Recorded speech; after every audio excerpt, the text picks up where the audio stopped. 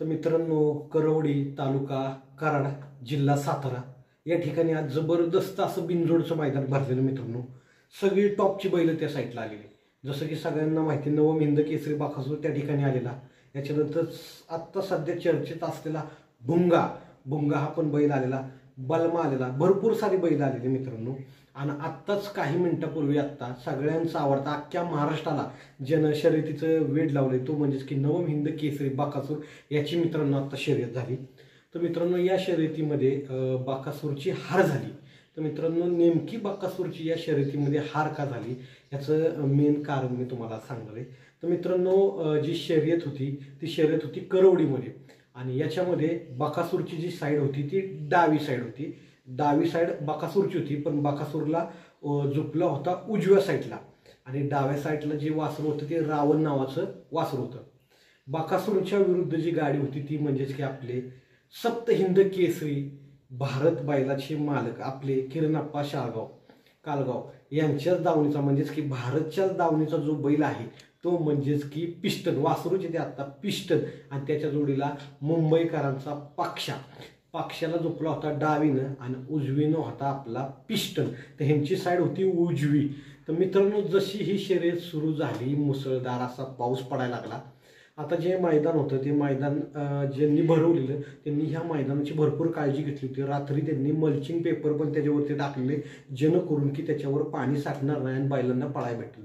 पण मित्रांनो, जसं की आपल्याला माहिती आहे, हवामान तज्ज्ञ पंजाबराव डक यांनी सांगितलं होतं की आज दुपारच्या नंतर जोरदार पाऊस चालू होणार आहे, सातारा जिल्ह्यात पण होणार आहे. आणि तेच घडलं की पाऊस यायला सुरुवात झाली आणि नेमकं बाकासूरची शर्यत सुटणार त्यावेळेसच पावसाला सुरुवात झाली मित्रांनो. पावसाला सुरुवात झाली, गाड्या दोन्ही पण खालनं सुटल्या मित्रांनो. तर गाड्या जशा सुटल्या तर त्याच्यामध्ये काय होत होतं, बैलांचे पाय हे घसरत होते. आपण जसं व्हिडिओ बघितला त्या व्हिडिओमध्ये आपण बघतोय की जे बारकं वासरू होतं रावण त्याचं तर पाय कसं तिरकं पडत होतं, बाकासूरचे पण पाय घसरत होते. तरी पण जी उजव्या साईडची गाडी होती जसं की आपल्याला माहिती आहे पिस्टन आणि पक्ष ह्यांची पण मित्रांनो हे पण लक्षात घेतलं पाहिजे की त्यांची पण गाडी घसरत होती.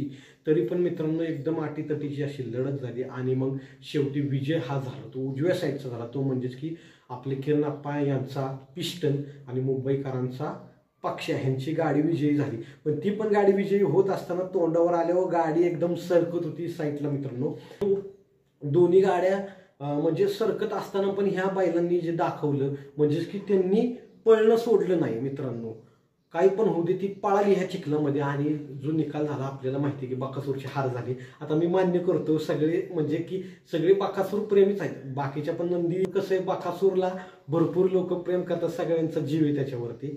म्हणून बाकासूरची हार झाली की कुठं ना कुठं तरी सगळ्यांच्या मनाला वाईट वाटतंच. पण मित्रांनो, हा खेळ आहे, आज हारलाय उद्या जिंकू शकतो. आणि काय ही बैल हारलेली नाही आहेत, हारलेलो आहे त्या आपण. कारण का निसर्गाच्या समोर मित्रांनो कुणाचंही काही चालत नाही हे आपण पाहिलं आहे. आणि तसं म्हणायला गेलं तर जे पण जिंकलेत त्यांना पण त्यांचा तेवढाच मित्रांनो आपण मान सन्मान केला पाहिजे. कारण का ती पण गाडी पावसातच पडली, असं मोठ्या बैलाला तोड द्यायची म्हणल्यावर खायचं काम नाहीये. त्यांनी पण ह्या एकदम अशा हालाकीच्या प्रसंगातून त्यांनी पण पळून नंबर काढला. आणि आपणचे तर खूप खूप शुभेच्छा आहे. कारण का भारत आपल्याला माहिती आहे मध्ये काहीतरी कालांतरामध्ये थोडासा आजार होता, पण भारतचा पण कमबॅक झालाय. भारतच्या धावणीला आता पिस्टन आलाय, पिस्टन पण जबरदस्तच कामगिरी करतोय.